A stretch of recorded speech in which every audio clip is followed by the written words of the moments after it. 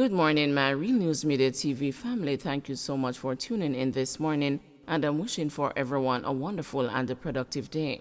And in the news this morning for November 15, 2023, man shot dead at the Falmouth Market Gate. The police were on the scene at the Falmouth Market Gate in Trelawney, where a man was shot and killed by unknown assailants Tuesday afternoon. The identity of the deceased is not yet ascertained. Reports are that the police were summoned about 4:30 p.m. by residents who heard explosions coming from a section of Market Street, Falmouth, in the vicinity of the market.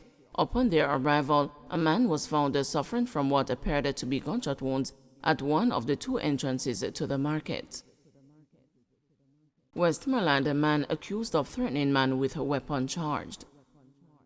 Police have charged a man who allegedly threatened a man with a weapon during a dispute at a bar in Wharf Road in Smithfield, Westmoreland, on Saturday, November 4. Charged is 29-year-old Kemar Smith, otherwise called Beanie Bud, of Barracks Road, Savannah Lamar in the parish. He is charged with assault at common law and the possession of prohibited weapon. Reports from the Savannah Lamar police are that about 11:45 a.m., Smith and two other men were at a bar when an argument developed. The disagreement reportedly escalated, and Smith, who was armed, pointed the weapon at one of the men and threatened to kill him. In fear of his life, the man ran and made a report to the police.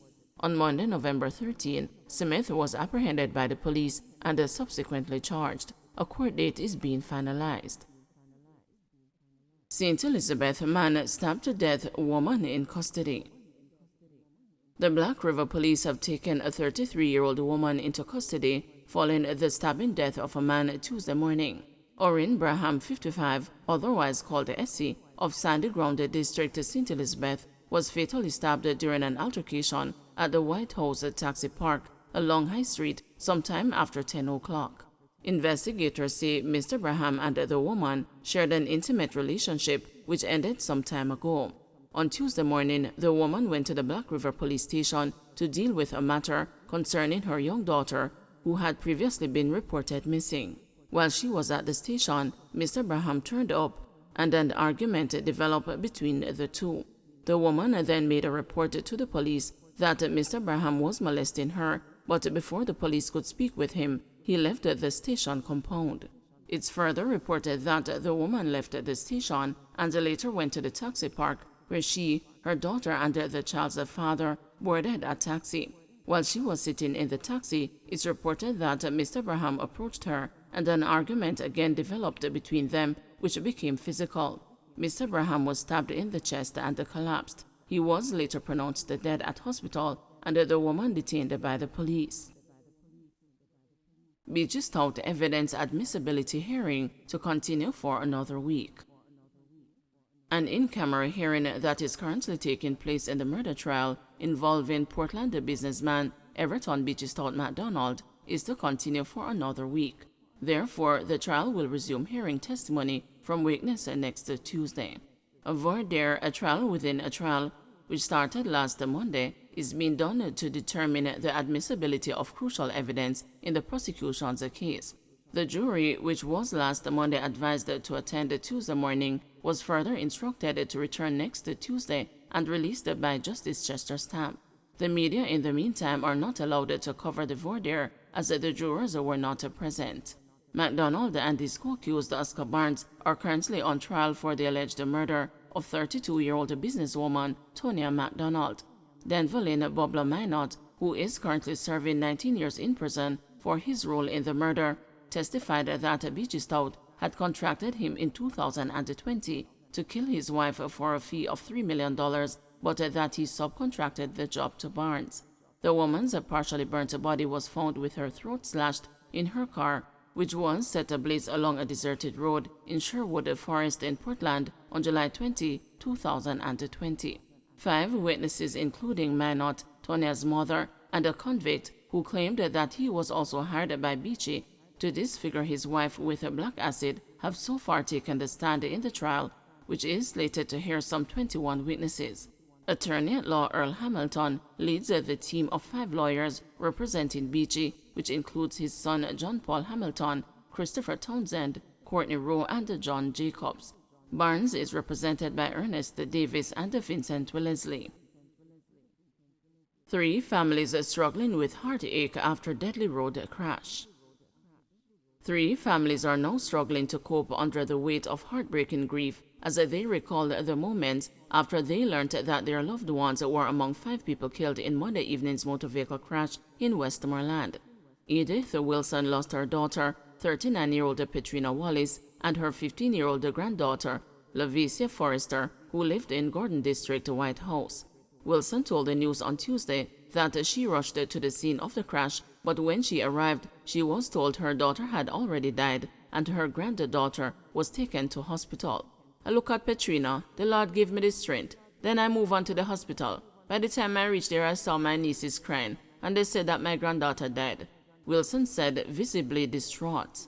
I went inside, look at my granddaughter. I touched her. I tried calling her, and no response, the grief-stricken Wilson said. In addition to Wallace and the Forrester, the crash claimed the lives of Mount Edgecombe resident O'Neill Allen, otherwise called the Dummy, and his 65-year-old mother, Angela Samuels. Grief is all too familiar for their family. On Mother's Day 2021, Samuels lost her pregnant daughter Jodian in a crash. The news was told that Jodian, who was in the 7th month of her pregnancy, was at the pillion on a bike when it collided with a vehicle in Springfield, Sheffield. The rider of the bike also died.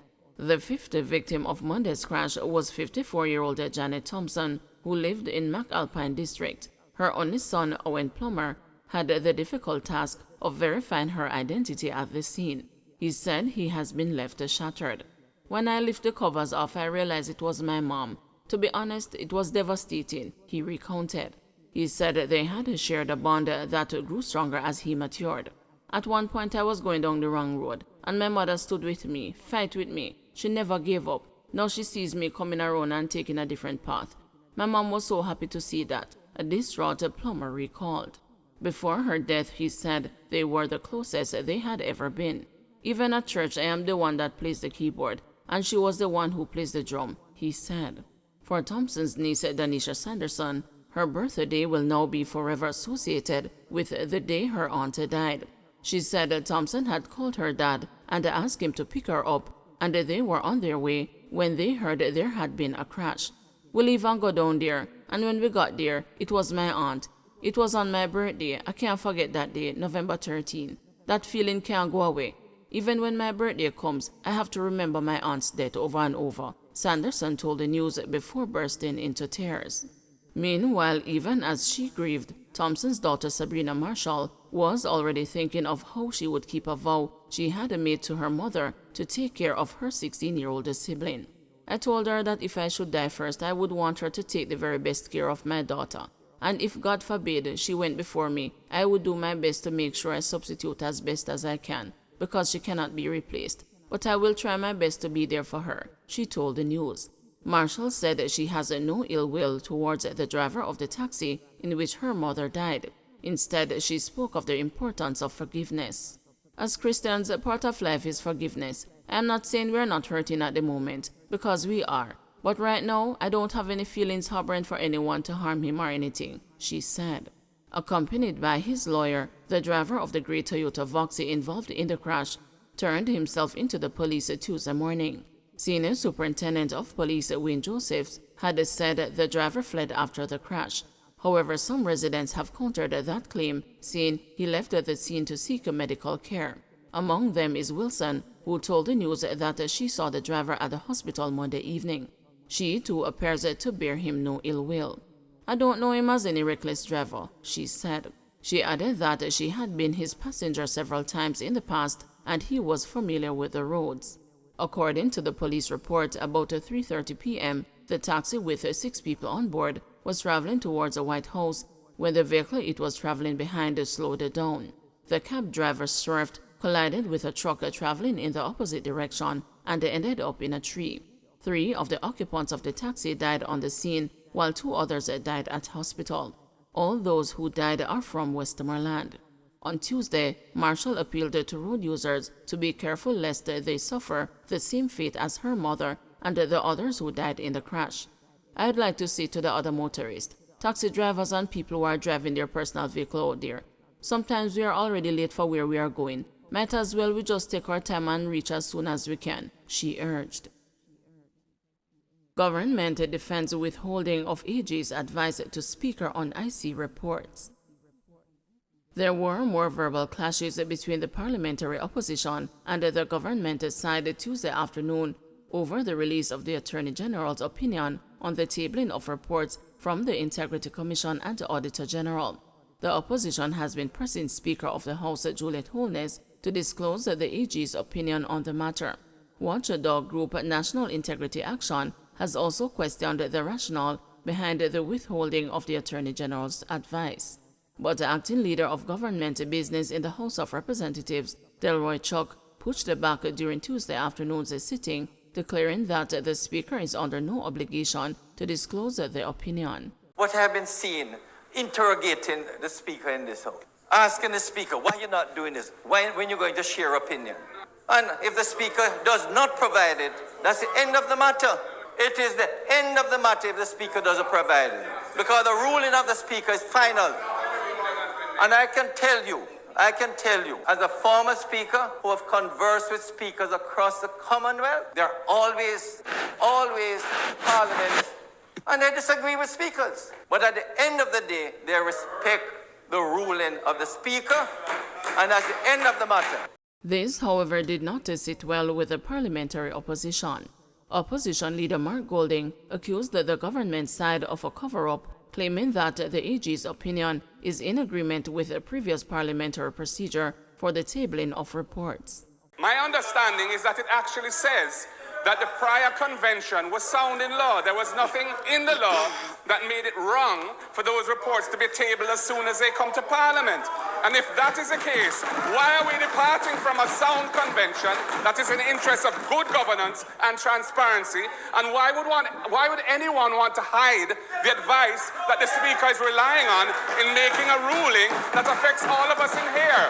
It is not good policy. It is not good governance. And I ask you, Madam Speaker, as the umpire proceedings in this House, to consider the matter in that light and to share the opinion with us, and also to consider whether we should not go back to the convention that has served this country well.